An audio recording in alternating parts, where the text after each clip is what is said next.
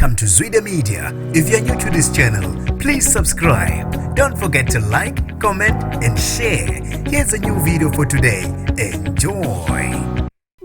Kube usizi lodwa bahluleka nokuzibamba izinyembezi abebelalela wesilisa waseClermont eThekwini ebalisa ngokushona kwezingane zakhe ngenxa yesikhukhula. Umnumzane Mmeli Sokhela utshela bezindaba ngosizi abhekana nalo ngesikhathi kubhidlika uphahla lendlu la okwakulele khona izingane zakhe ngesikhathi kuhlasela izimvula kanye nezikhukhula ezinamandla. Sokhela uthi ngesikhathi ehlola isimo wabona ukuthi abantu abakhe bawele uphahla kodwa wangakwazi ke ukubatakula njengoba kwasegcwele amatshe. Uqhube wathi begcwele amatshe ingekho nami into engayenza ukuze ngikwazi ukuhlenga izingane zami. Uthi ngazama ukushayela amaphoyisa kodwa asangatholana ngenxa yenetwork. Uqhube wathi ukuze wakwazi ukuthola abosizo lezenhlekelele ngo12 ebusuku kwanabo bangakwazi ukufinyelela kule ndawo njengoba imigwaqo yayise ibhidlikile. Uthi ke ubhlungu kakhulu akakwazanga ukusindisa imphefumulo yezingane zakhe. Ngokusho kukamama wezingane uLulamile Sithole uthi ke